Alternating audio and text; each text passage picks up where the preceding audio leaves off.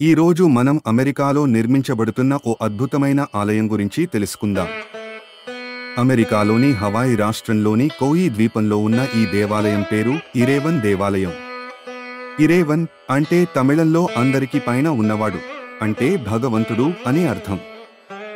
ఈ ఆలయ నిర్మాణం 1990వ సంవత్సరంలో ప్రారంభమైంది. ఒక విశిష్ట సాధకుడు అయిన శివాయ సుబ్రహ్మణ్య స్వామికు శివుని నుండి వచ్చిన ఆధ్యాత్మిక ప్రేరణతో ఈ ఆలయ నిర్మాణం ప్రారంభమైంది.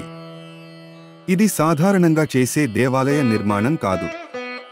శైవాగమ శాస్త్రం ప్రకారం యంత్రాలు లేకుండా కేవలం చేతితో చెక్కే విధంగా ఈ ఆలయం నిర్మించబడుతోంది.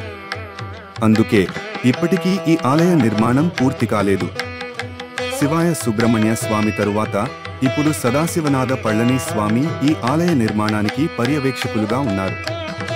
ఇందులో ప్రధాన ఆకర్షణ ఆలయ ప్రధాన మండపంలో ప్రతిష్ఠించబోయే ఒక అద్భుతమైన క్వార్ట్జ్ క్రిస్టల్ శివలింగం అంటే స్ఫటిక శివలింగం.